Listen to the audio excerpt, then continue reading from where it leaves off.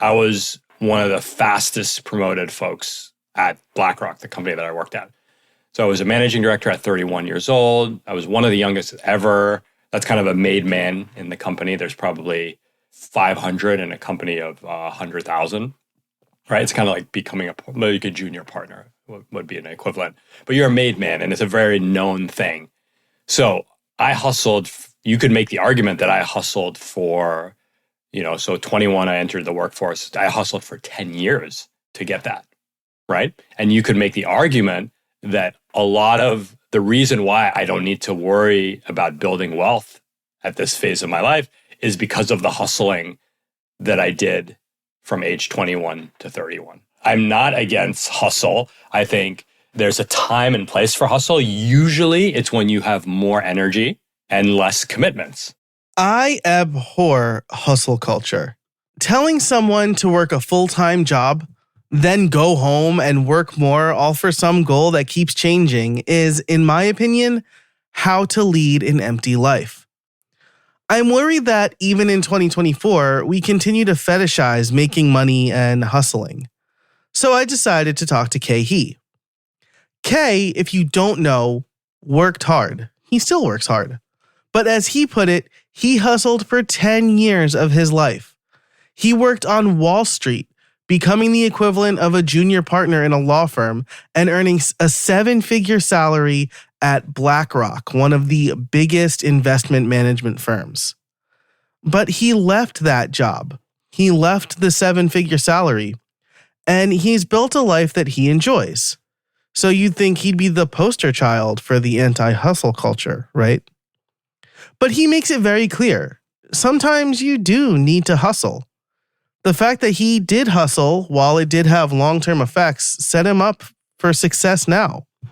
He says that life is full of seasons, and recognizing that seasonality is important. We cover a ton of topics in our short time together, but I think the biggest takeaway is that if you hustle without a goal in mind, then you're just going to hustle for the rest of your life. So look for these top takeaways. There are seasons to life. It's important to recognize that and adjust for the season you're in. If you're working to eventually gain more time, ask yourself if you can cut some costs and gain that time now. Sure, somebody could pay you for $10,000 for 5 hours of work doing data entry. But do you want to do data entry, or would you rather have those 5 hours free? And there's a difference between revenue and profit. Most people share the top line revenue, but what are they really taking home? Comparing yourself to other people in this way is not good for your mental or physical health. That's why Khe says multiple times throughout the episode, he's not judging. These are decisions he makes for himself. And it's important for you to think about your goals and the season of life you're in and make the decisions that you need to make for yourself. In the pro show, we get a lightning round where Khe tells us effective use of stories. He loves telling stories as much as I do. There'll be another bonus episode where I kind of expand upon this. So if you want to hear that bonus episode, plus this episode ad-free and an extended version of it, you can become a member over at howibuilt.it/join. If you're listening in Apple Podcasts, you can subscribe right in Apple Podcasts. And you can find all of the show notes over at howibuilt.it/410. But for now, let's get into the intro and then the interview. Hey everybody, and welcome to How I Built It, the podcast that helps busy solopreneurs and creators grow their business without spending too much time on it. I'm your host, Joe Casabona, and each week I bring you interviews and case studies on how to build a better business through smarter processes, time management, and effective content creation. It's like getting free coaching calls from successful solopreneurs. By the end of each episode, you'll have 1 to 3 takeaways you can implement today to stop spending time in your business and more time on your business or with your friends, your family, reading, or however you choose to spend your free time. All right, I'm here with Khe Hy, and I'm so excited to talk about our topic because hustle culture, honestly, is like something I super hate. So, Khe, first of all, thanks for being here today. I really appreciate it. Thank you. It's an honor to be here. Thanks so much. I've really been enjoying your podcast, which I will link to in the show notes, of course. But the first thing I want to dive into is actually, as we record this, your most recent episode, which is your interview with Amanda Getz. You talked a lot about boundaries and being ambitious while also being a parent. I personally think that a lot of like the business advice that we hear from a lot of people is like for single people or for not single, for like non-parents only, right? Like even Marie Kondo like stopped doing her like Katamari method thing after she had kids. So I think it's easy to hustle when you don't have a lot of other obligations. And I would just love to hear like your point of view on that as someone who's come from Wall Street and now you're running a successful business and you seem to still have a lot on your plate. Yes. So first, thanks so much for having me. Thanks to all the listeners tuning in. Y'all are awesome. So it's probably in my origin story, but to repeat it or reiterate it, I hustled very, very hard for a large season of my life. So I will not. I really do believe that there are seasons of life for everything, right? Just like there's a season for planting seeds, and there's a season for collecting seeds, and there's a season for eating the fruits that your seeds, yielded, right? And I do believe that life is like that as well. Now, obviously, for some people, those seasons tend to coincide with, having kids, not having kids, being young and energetic, having to caretake elder parents or not caretake elder parents. So I just believe that as a starting point, there's a season for everything. And I pass no judgment on what season you're in. I'll just share the way I approach the seasons. My season of hustle was coming out of the womb. So age 0 to age 35. So 35 years of hustle in many different facets. I was a very, very kind of driven kid, very entrepreneurial. Like I taught myself HTML when I was 15. So this was in like 1993. Okay. 28.8 modems back then. Yeah. And I would go to the local businesses and say, I think you need a website. And then I would charge $20 an hour in $1995, which, I don't know, probably $40 an hour today, cash, to make websites. So that was a hustle. I think that, and then I went to college. I went to a school that has, high academic standards. I went to Yale for undergrad, and then I worked on Wall Street. And in all those instances, I dove in headfirst, right? I really worked my butt off. I kind of prioritized work above everything else. I was extreme about a lot of things, and I'm happy to share the things that I was extreme about. Like for example, one day I have chicken legs, and I don't like that. Like really skinny calves. Yeah. I'm Asian American. If you can't see the video, and I just didn't like that I had really skinny legs. And so one day I decided I'm not going to have skinny legs anymore. And so I did 1,000 elevated calf raises every day for 6 months. Wow. It didn't work. You can't change your genetic programming. Chicken legs are genetic, not earned. But that was the kind of ethos that I would bring. I literally had a piece of plywood, or I don't know if it's plywood, but a piece of wood that was taped on little, smaller pieces of wood to give some like portable elevation, for the calf raise. And I would just bring that thing everywhere. Just bust out calf raises in the library, bust out calf raises, when people weren't looking. So that's pretty intense. And I would say that those things served me really well professionally. But two asterisks, and this is where it's hard to have some like revisionist history on this. Two things was that it definitely had long-term consequences. Like I'm pretty sure that I started losing my hair early because of that level of intensity. My teeth, I grind through like I've been a serial teeth grinder since I was 10. So I have no enamels left on my teeth. I was maybe an alcoholic, borderline alcoholic. I don't know the exact definition, but I coped a lot with substances. And my motivation for all of those things always was from a place of I'm not good enough.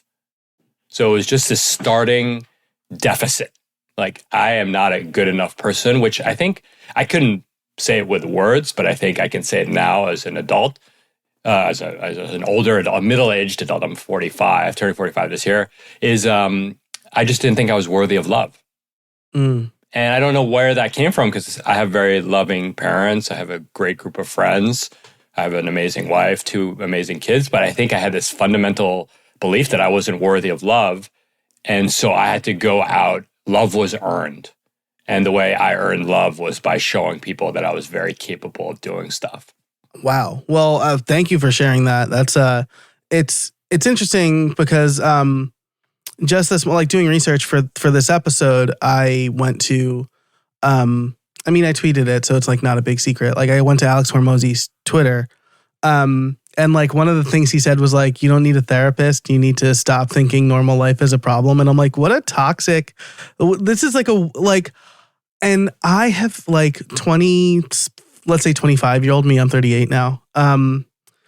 Would have been like, men don't need therapy. Like we just must. But like that's such like a narrow, like toxic worldview. And like I'm in therapy now, and it's been like amazing. And like even on weeks where I don't have a lot, I feel like I don't have a lot to talk about. Like it's just kind of good to get like an outside point of view.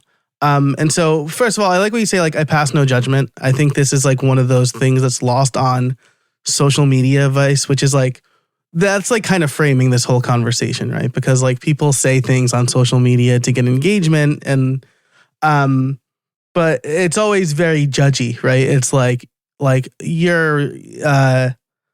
saw a tweet that was like, if you're employed by somebody, like you have no freedom. And I'm like, what a wild thing to say. Like, yeah. So I really appreciate you sharing that. And like, I kind of agree wholeheartedly. Like before I met my wife, really, I was very much like, I don't care if I'm married, if I have kids, as long as I'm like rich or successful, like whatever I thought like success was. I also started making websites in high school. Nice. Like very similar path. I also sold mix CDs. Like I had I had like a dedicated DSL line at home because my dad worked for the phone company, and so like I would use Napster and download songs overnight and burn the CDs. Yeah, it was really good. So I've kind of felt the same way. Like the more money I make, the more successful, and then like the more and not like people will like me. Like I don't think it was that, but it's like money will solve my problems. Yeah.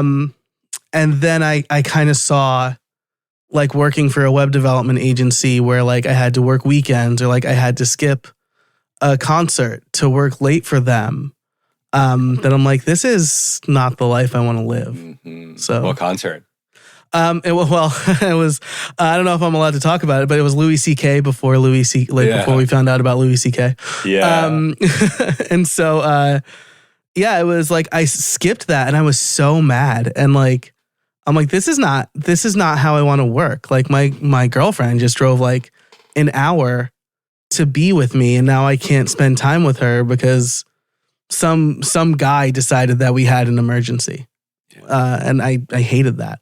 And I guess on that topic, right, we kind of see like the celebration of creators making a lot of money, right? And it makes sense, right? I'm not like poo-pooing anybody. Like I got the ConvertKit email today that was like Ali Abdaal made $5 million in 2 years or whatever.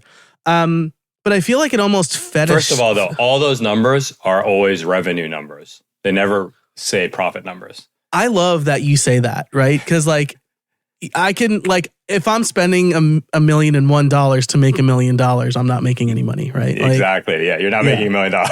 yeah, I love that. And so I'm really glad can I just interject here? Yes.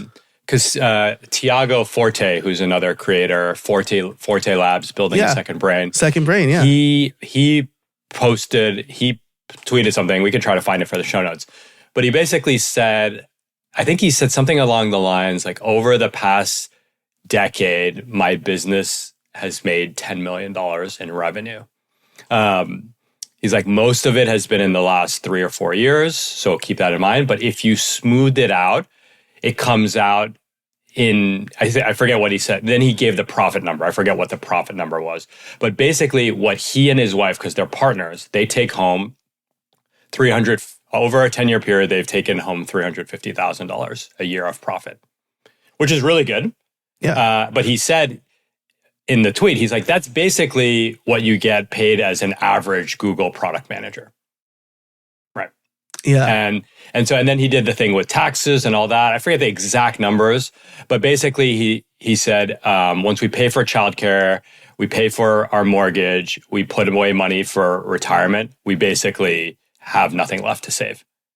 And look, he lives in LA, so it's a Long Beach, high cost of living city. Everyone in the comments like, move to Texas. Yeah.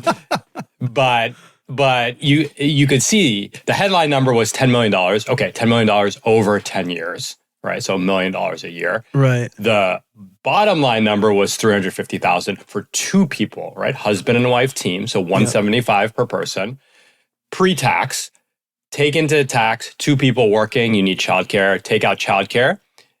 You basically are covering your mortgage and your retirement saving and nothing else. And he said, he's like, I travel nice. Right. So you go from $10 million to I travel nice.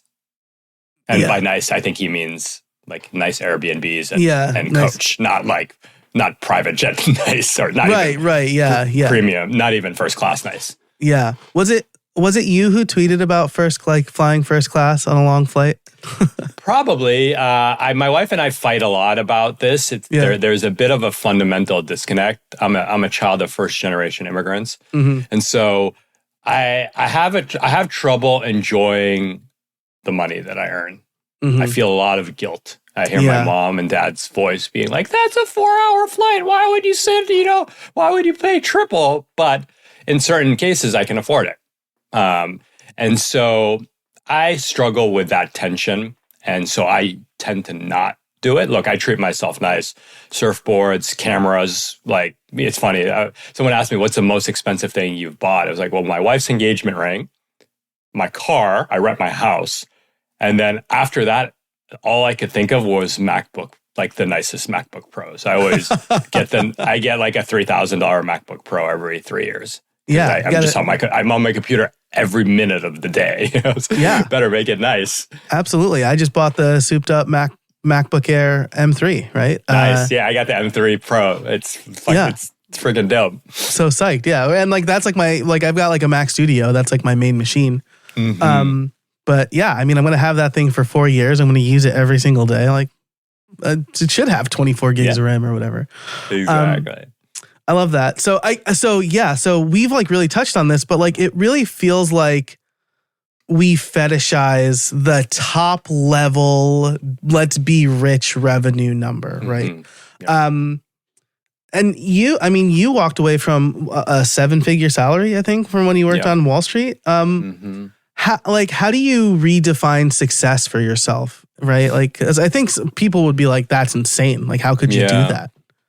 Yeah, so I want to say that I feel very lucky in the situations that were presented to me. So, for example, my parents put me through college without any student loans. So I kind of, at 21 years old, even though I had money, I was making those websites. I think I probably entered college with 20 grand of savings from my web design practice. Nice. But my parents were like, nope, that's your money. Our parental responsibility, we pay for college, and then you go on for your life. So I feel very blessed there. I know that's an advantage that not a lot of people can say they started with. And then I went, and then I worked on Wall Street, which is just this crazy outlier industry where and look, we can talk about the trade-offs, but if you're an average person at a major Wall Street firm, at 30, you're making 700 grand. Wow. Average.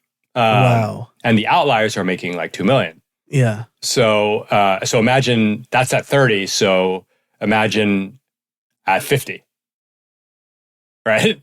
The outliers making 5 million a year. The average person's making 1.7 or something.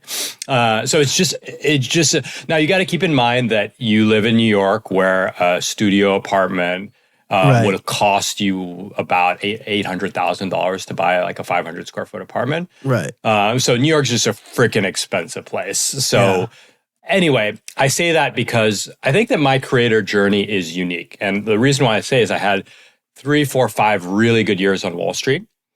And I invested all that money.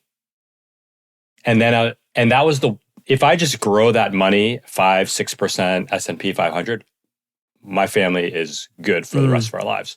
My retirement's good. My kids' college is good. Whatever we need, not, I wouldn't even say modest, but like living an upper class lifestyle is taken care of there. And then all I need my creator business to do is to basically cover my living expenses. So it's not about, if you contrast with what Tiago said in his tweet, he needs his creator business to build him wealth.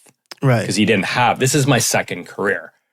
And I'm really lucky that my first career was way more lucrative than my second career. So I say that just to put context on the question that you had asked, which is like, what's it like taking a huge pay cut? Yeah. I'll also just say, like, I mean, you were also, like, I made a bunch of money in high school too, and I like squandered it because I was an idiot. Like, because I'm like a white guy, right? I didn't like think about any of that. I will say my grandfather came over from Italy in 1949, and he like lived like the immigrant lifestyle in New York, saved every penny, and thanks to my inheritance from him, I also have no student loan debt. Like I was able to pay that off thanks to what he left me and my 3 younger brothers. And so I'd love to do that for my grandkids. I know, right? Like same, right? Like my wife's like, should we start like a 529 or whatever? And I'm like, I don't know. Like college, who knows what college is going to be in 18 years? But we did start a an interest yielding savings fund. But you're also smart with your money, right? Like, which I think a lot of young people, like when I got my first job out of college at the University of Scranton, I was asking about my retirement fund, my investment fund, and like the HR person was very impressed that somebody my age was asking about that. And I'm like, we should all think about that. Like, I feel like, so, I mean, it is unique, certainly. I won't take that. But, I think that we can make good decisions no matter where we are in life too. Yeah. No, and again, I feel blessed. I think part of it is I'm an extremely curious person. Yeah. Doesn't leave any stone unturned. Part of it is that I'm intense about things, but I'm also, as I've gotten older, I know when to dial back my intensity and when to dial it up, right? Yeah. And I think when I was younger, it was a 10 out of 10 all the time, which is why I needed to drink so much and which is why, I was coping in other ways. And now I feel way more balanced of that. And again, I think it just goes back to the seasons thing that we talked about earlier. Yeah, for sure. I mean, something my therapist told me about, like just yesterday, actually, because like I was telling her how I I was always like mouthy in real life and on the internet, and I'm like a lot less like that now. And there was an incident where, I got like kind of a weird threat from like someone online, and I was really worried. I'm like, I've got kids to think about now, and I was like, that's so different from the way I was when I was like 26 and not attached, and I was like. I didn't not care about my personal safety, but I was willing to put that at risk way more easily.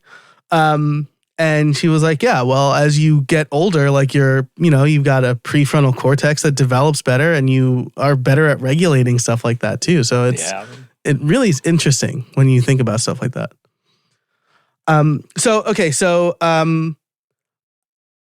So let's do this. How do you how did you redefine success for yourself as you got older? Yeah.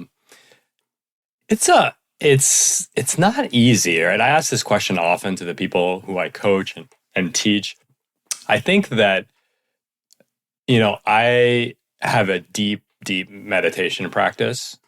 So I've been meditating 40 to 60 minutes a day for a decade now. And so to me, a lot of what I want in life is to be present. And so, I have a saying that I tell myself is when I'm with you, I'm with you. And it doesn't matter if it's a podcast interview, my wife, my kids, my employees, my coaching clients, I'm just fully present. There's a spiritual teacher, Tara Brach, Brach. She says, love is the fullness of presence. And so I feel like for me, success is just being present. Now, I can give you more, a little bit more, put more meat on that bone. For example, so I actually think I've written out kind of my success statement. And so one is the ability to express myself creatively every day.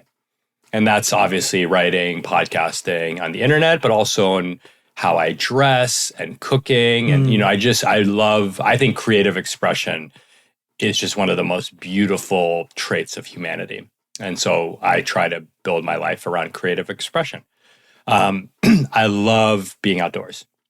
I live in LA. It's 68 degrees, zero humidity, no clouds in the sky, 360 days a year. And so I surf, I run, I go for beach walks, I play pickleball, play basketball with my kids. I'm outdoors. And so for me, success is just moving my body outdoors a lot. I'm outdoors 2 to 4 hours a day. Nice. And again, that's just the weather is so dang good here. Yeah, I'm on the East Coast where it was like 50 degrees yesterday, and we were like, yes, losing it's warm. Your minds. Yeah, I mean, I grew up in New York City, so I know, right. I know that. Yeah. So moving my body. Then the other is just being around people who are good energy. Being around good energy, giving out good energy, being around good energy. So I kind of have a no a-hole policy. If someone, on Twitter, I'll block them. I won't engage. I'll block them. If there's a client who I can tell, a prospect that I could see might have some pushy, vibes, I'll just say no. I'll respectfully say no. People I engage with on the internet, just people in my life are positive energy. And so being around good vibes, I want time freedom, right? So I work a lot, but I want to work when I want to work, and I want to be, my daughter, I volunteer at the school every week. Nice. At science lab or lunch. So noon once a week, I volunteer in one of my daughter's classes. And so it's just all I ask for is the hour, but I want to know that, if the hour slot is on a Thursday, I can go on a Thursday. If the hour slot is on a Tuesday afternoon, I can go on a Tuesday afternoon. So time freedom. And then a subset of the being outdoors is I want to surf every day. So I live walking distance to the beach. So I basically try to surf every day. That's amazing. And that's so it's important. You understand yourself, and that the crazy thing too yeah. is that very few of those things require a lot of money. Right. Yeah. That's the thing about time freedom, which I interrupted you. You were going to ask a question about it. But oftentimes people want money to buy back time, right? So you might work really hard and then you will order DoorDash, right? So you save an hour of cooking, or you have a cleaning person, you save an hour of cleaning, or you have your trainer come to you, you save an hour of commuting, right? That's cool. But then you could also invert that, where you're like, well, I actually have more free time. And so I make less money, but I can just drive to my gym instead of having a trainer come to me.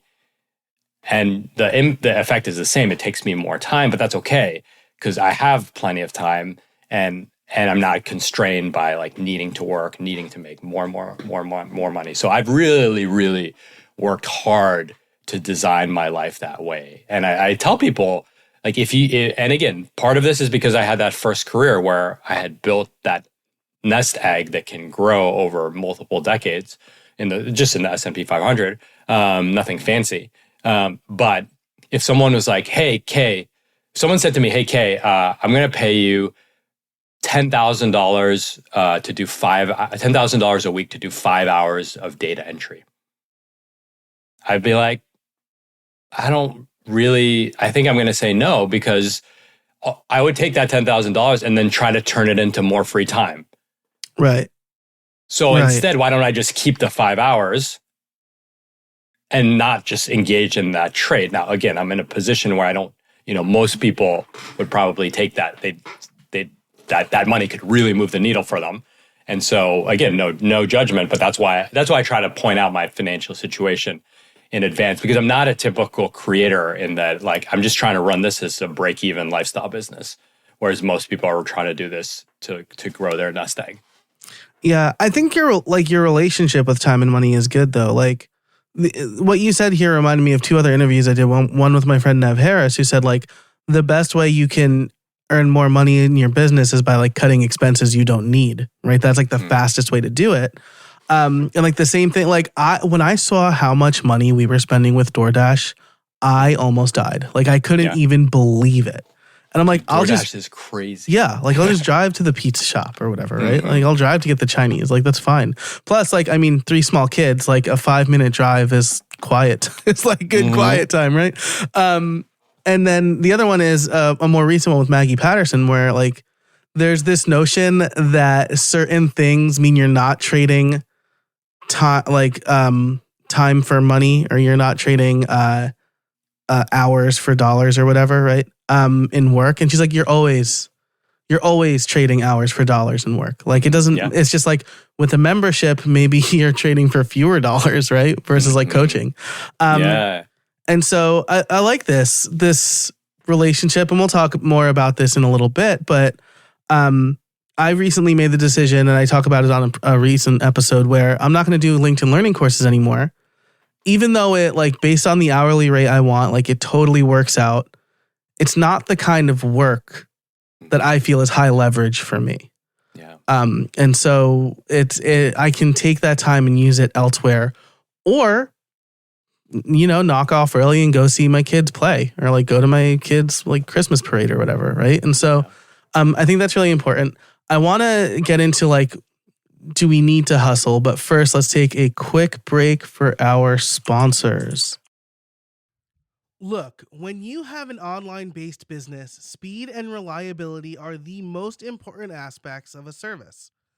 Not far behind that is actually owning the website that your business relies on. When you own your website, you're not subject to an algorithm, changing terms, or accidental shutdowns. That's why I'm so excited that Liquid Web is back as a sponsor of How I Built It this year. Their Cloud VPS is some of the best in-class hosting you can get when your business relies on your website. From speed to security and protection to regular backups, with Liquid Web, you can trust your website will remain in tip-top shape. Not technically savvy? Don't worry. Liquid Web offers fully managed hosting, which means they have a team of knowledgeable experts looking after your website for you, so you can focus on running your business. If you need fast, reliable, and secure hosting for your business, check out Liquid Web. Head over to howibuilt.it/liquidweb today. This episode is brought to you by porkbun.com. Look, I've been buying domains for 24 years. And for a long time, that meant a convoluted experience with upsells and exploding prices. But Porkbun is refreshingly different. They've got everything from .com domains to unique ones like .pro, .dev, and .xyz. Every domain name at Porkbun comes with tons of freebies like Whois Privacy and SSL certificates. Plus, they have AI-generated search results to help find the best available domain name for you. All of these incredible features and tools are backed by incredible support 365 days a year and tons of 5-star reviews on Trustpilot from real customers. Sound good? Go to howibuilt.it/porkbun to get $1 off your next domain name from Porkbun and see why they're the best domain name registrar around. Again, that's howibuilt.it/porkbun. Thanks so much to Porkbun for supporting How I Built It. Hey, real quick before we get back into the episode, I want to tell you about my free newsletter, Podcast Workflows.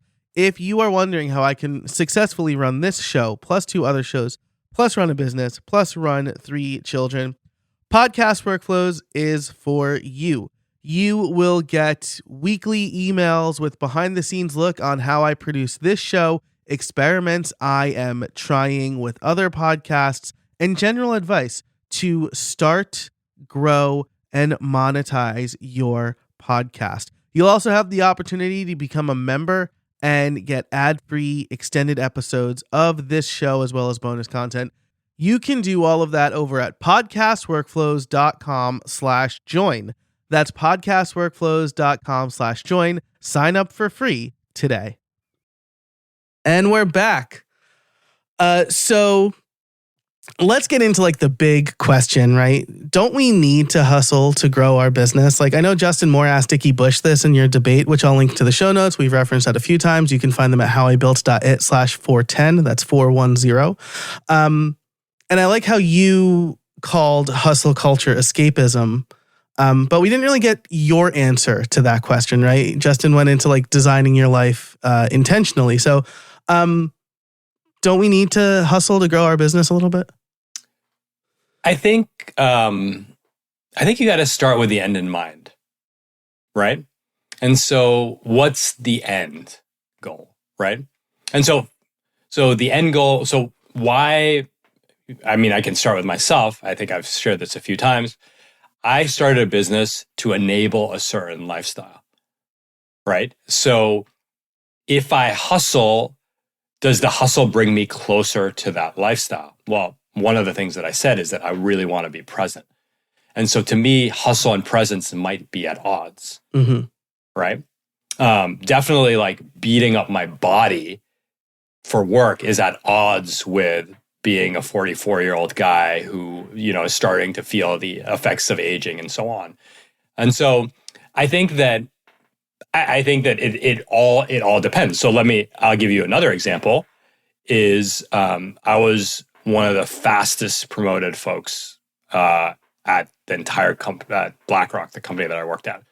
So I was a managing director at 31 years old. I was one of the youngest ever. That's kind of a made man in the company. There's probably 500 in a company of 100,000. Wow. Right? It's kind of like becoming like a junior partner would be an equivalent. But you're a made man, and it's a very known thing. So I hustled. You could make the argument that I hustled for, so 21, I entered the workforce. I hustled for 10 years to get that, right? And you could make the argument that a lot of the reason why I don't need to worry about building wealth at this phase of my life is because of the hustling that I did from age 21 to 31, right? Yeah. So I'm not against hustle. I think that there's a time and place for hustle. Usually it's when you have more energy and less commitments. So basically when you're single. Yeah. Or without kids. Now, I think the asterisk that I want to put on hustle is it start with the end in mind, right? For me, I think I've always had these plans. Like I told my mom when I was a kid, I was like, I want to be a millionaire by the time I'm 30. And so that was the end, right? We are so the same. I said the same exact thing. Totally. I think it's a pretty common thing to say right? as a kid. Yeah. And I achieved it. And so, that was the end. And then look, here's where things get dicey is like, sometimes you hustle towards an end. And then when you get the end, you realize that the end, like let's say, I want to be a millionaire by the time I'm 30. You become a millionaire at 30. Then you're like, well, I want to have $5 million by the time I'm 40. Right? The goalposts are moving, the hedonic treadmill. So then what was a 10-year window of hustle somehow turns into a 20-year window of hustle. with a very different, 20 to 30, no kids, maybe you're dating your spouse, 30 to 40, probably got some kids in that window if that's on your trajectory. Right. Right? 40 to 50, you start losing friends, start losing parents. And so what I have seen is that someone says, I'm going to hustle for this goal, which is I'm fully supportive of that. I've done that many times. Yeah. But what happens is when they hit the goalposts move, and then they continue to hustle. And then the hustle becomes the water that they swim in, the oxygen that they breathe. It's almost like they don't know an existence without hustle because it becomes the baseline. And so then you get into this very strange relationship that, when you just said you wanted to be a millionaire at 30, now you want to have $10 million at 50, and you've just committed 30 years of your life to some goal that you may not actually truly care about. Right. Right. Yeah. And I think that's where it gets dangerous. I'll give you another example of when I like to use a parable for this example. Some people hustle because they're competitive. They want to win. So this is a story about two merchants competing at a market. And an angel comes down to one of the merchants and says, I can make any dream of yours come true. And the merchant says, great. He's really competitive. And the angel said, but there's just one catch. Whatever I do for you, your competitor gets double. So if you want 1 bar of gold, your competitor gets 2 bars of gold. If you want to live to be 100, your competitor gets to live to be 200. If you want 10 spouses, your competitor gets 20 spouses. It's like old ages, polyamory and so on. And the person who's so competitive, the merchant, he thinks deeply. He goes, make me blind in one eye. Wow. A lot of people do that. The person that's chasing the goal that's not really even theirs for 30 years, beating up their health, sabotaging their relationships, being an absentee parent, they're poking themselves in their eye, hoping, to beat the other person. Yeah. Wow. That story gave me chills. I was like, you're like, how's this going to end? Like, what's he going to do? Like, want nothing and then the guy gets double nothing? Nope. Even worse. That's worse. And it's interesting, right? Because I was diagnosed with type 2 diabetes in May 2021.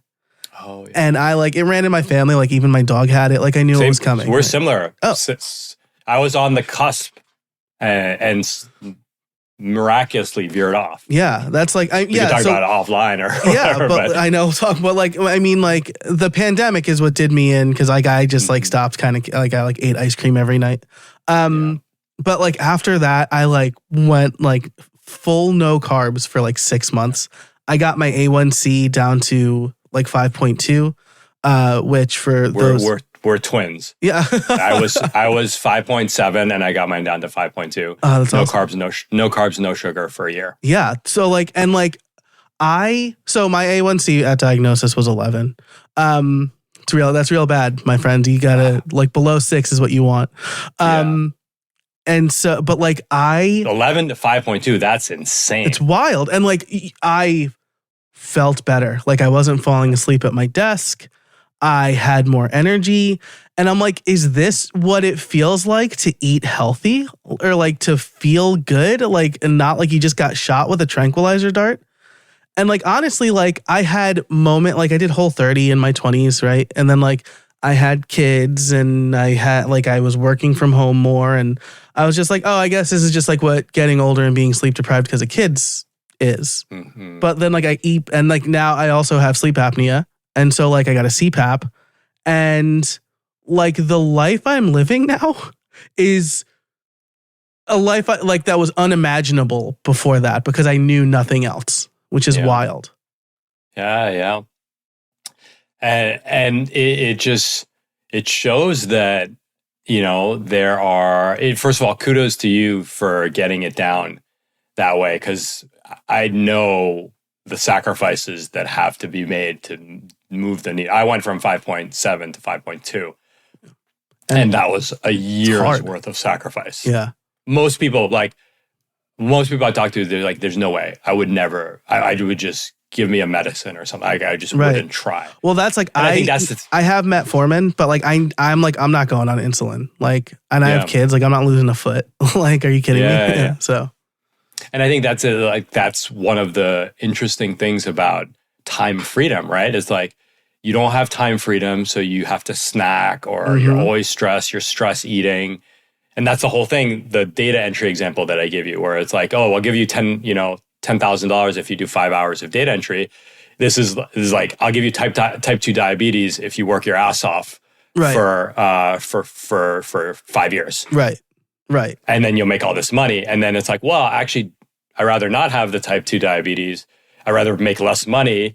And so, I think that's where the goalposts moving and hustle culture kind of making you blind.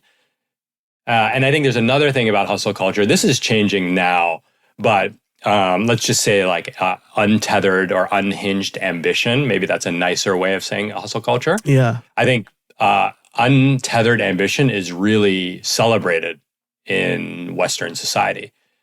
So like, you talk about the Elons or the Bezoses or the hedge fund managers that, they're notorious on how much they work. And people are like, wow, can you believe he's 60 and he still pulls all-nighters? And look, that, again, I make no judgment to anyone's decisions. People would look at a lot of my decisions and judge me for them. So look, I own my decisions.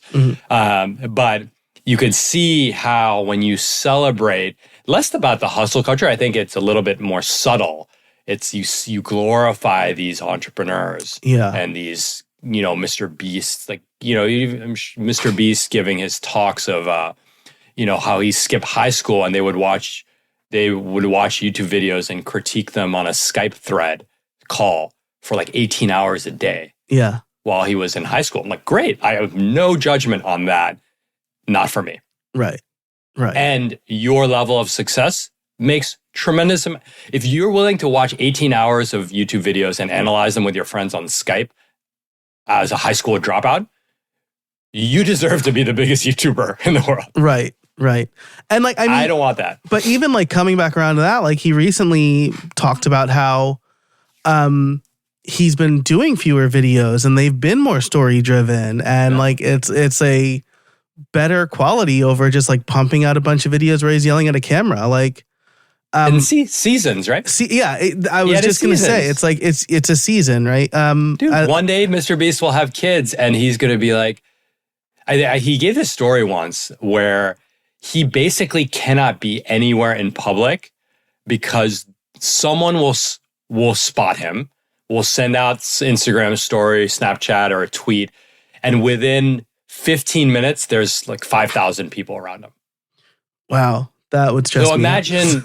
Imagine that, like, that's stressful enough when you're a single dude. Right. Imagine you have a newborn. Yeah. Like, you have to live in a gated compound. Right.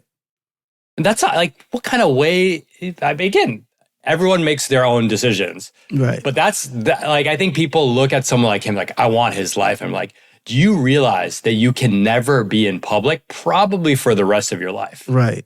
You're like a president. Right. Like you need armed security around you for the rest of your life. And some people will be like, that's a trade-off I'd make to know that my videos are being watched by billions of people. And other people are like, NFW. Yeah. I really, it's like, the grass is greener syndrome, right? Like they see the good, they don't see the bad. I know we're coming up on time here. I love that you said untethered ambition. If you want to hear more of Khe talking about that with Amanda Getz, I will link to his interview with her in the show notes. I keep wanting to call your podcast Rad Reads, but that's like your company. And I know that's not the case. So can you just say the name of your podcast for people? The Examined Life Podcast. The Examined Life Podcast. This is like, I did a bunch of research and I didn't write that down. But I'd like to kind of wrap up here with, we kind of talked about redefining success. I like to give people actionable advice on the show. Most of the people who listen are busy solopreneurs. They're probably parents, though I've always been worried to say that, like I'm hedging in the niche area, in the niche area there. But I'd be remiss if we didn't talk about $10,000 work, right? I saw you speak at Craft and Commerce a couple of years ago, and you really, like, I loved your framing on this. So can you talk about that, how crucial that has been to, we didn't say work-life balance, but, about living the life that you see as successful, let's say. Yeah. And so we could link to the manifesto in the show notes. But basically, it's a quadrant that has 4 levels of work: $10, $100, $1,000, and $10,000 work. And basically, there's skill, low skill, high skill, low leverage, high leverage. And obviously, the low skill, low leverage is $10 work. That's color coding your calendar or downloading your Kindle highlights into Zapier. And then the $100 work is you're kind of doing something more productive, but still the wrong thing, like a text expander or, a Zapier automations and so on. $1,000 work and it's not the actual value. It's just think about the multipliers. Right. $1,000 work is the thing you're paid to do. So if you're a podcaster, it's having podcast interviews. If you're a writer, it's writing. If you're a software engineer, it's writing code. If you're an investment banker, it's doing spreadsheets, making deals. Then the 10K work is this thing that's like force multiplier, right? And so this is going to sound a little bit meta, but this matrix is such a powerful force multiplier.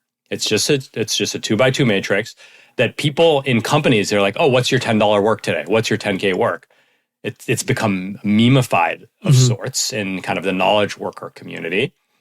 And if people just peel a little bit back the onion, peel the onion, they see K. They see my blog. They get they sign up to my newsletter. And so if you think about the leverage, I've given that talk that you saw at ConvertKit, I've given it 100 times in my life, 150 times. Same talk.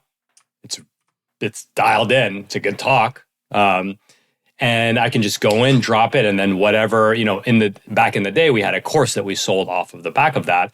And so it was just like the marketing was marketing without even, because people were writing blog posts about it.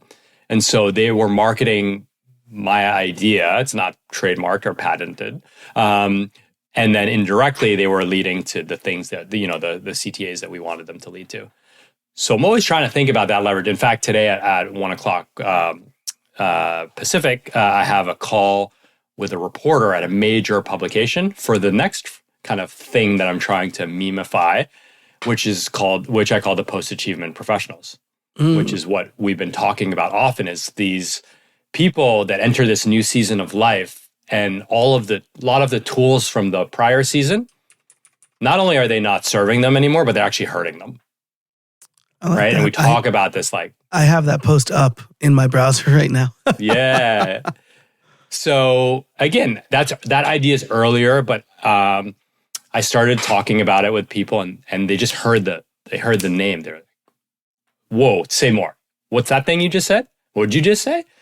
And the marketer in me, I'm an entrepreneur, but I have a decent marketing brain. The marketer in me is like, when you see that light bulb moment in people's eyes, you lean into that. You find out what's going on in their heads when they heard that term. And so I just started playing with that term, post-achievement professional, made a few videos about it, made a podcast episode. We can link to it, wrote the manifesto. If you search post-achievement professional, my things all come up first. It's not a competitive search term, but people are searching for it, I know. And then lo and behold, reporter at a major publication. We're talking like top 3, like New York Times type caliber. Cold email is like, hey, I stumbled on your idea of post-achievement professional. I'm writing an article that references that idea. Boom. I love that. And so think about the leverage there. It's like I said, it's not the New York Times, but imagine it was the New York Times. There's an article and it's like, Khe Hy, who writes about post-achievement professionals, who happens to be an executive coach. The eyeballs that thing's going to see is insane. And so the leverage on that. So I think a lot about, and they're not just with marketing. I think a lot about, another example I'll give you on the leverage is that I have a chief of staff / product manager, but we record a podcast and then We have one person who's trained just to look for clips. Mm. We have another person who's trained to edit, who's a clips editor. And then we have a third person that's a social media manager. And they're all contractors. So I record a podcast and then 4 clips, but not just like bad, like 4 really good clips, because one person's trained just to find. We have a person trained just to find clips. Yeah. Yeah. And that little machine, and all I do is I record my podcast for 55 minutes, an hour, and then boom, it's on TikTok, it's on every single channel, it's in the newsletter, and so on. And because it's with contractors, it's not particularly expensive. But we had to set up the machine. Yeah. And so setting up the machine was the 10K work. Love that. And I love that you ended with that example, right? Because I think I have like the opposite for me. Like I was in the Atlantic recently because like I like tweeted about how upset I was about the wire cutter, like the quality going down. Oh, yeah. And they wanted to talk about that. And I'm like, man, imagine if like they wanted to talk about like podcast automation, which is like the actual work I do. So I love that. The 10K, if we were like to turn this into a thesis statement, would you say like the 10K work enables you to do your 1K work more efficiently or? Exactly. It allows you to basically do the thing that you're skilled at without you doing it. Love it. Love it. I love that. Well, Khe, this has been great. If people want to learn more about you, where can they find you? Thank you so much, Joe. You ask amazing questions. Thank you to all the listeners. Y'all are awesome, man. Radreads.co. Definitely sign up for my newsletter. I write twice a week. I've been writing a weekly. One of those is a 500 to 800 word essay I've written for 250 consecutive weeks. So I like to write. Examine Life podcast, wherever you get your podcasts, including YouTube. And I'm most active on Twitter. It's my full name. We'll put it in the show notes. But if you just do Twitter, Khe, which is my nickname, it will land on me. Awesome. I love that. I will link it to all of that in the show notes over at howibuilt.it/410. If you want to get ad-free extended episodes, you can, again, join the membership over at howibuilt.it/410. Or if you're listening to Apple Podcasts, you can just hit that subscribe button. We're going to do a speed round where I'm going to ask Khe about the effective use of stories. So thank you so much for listening. Thanks to our sponsors. And until next time, get out there and build something.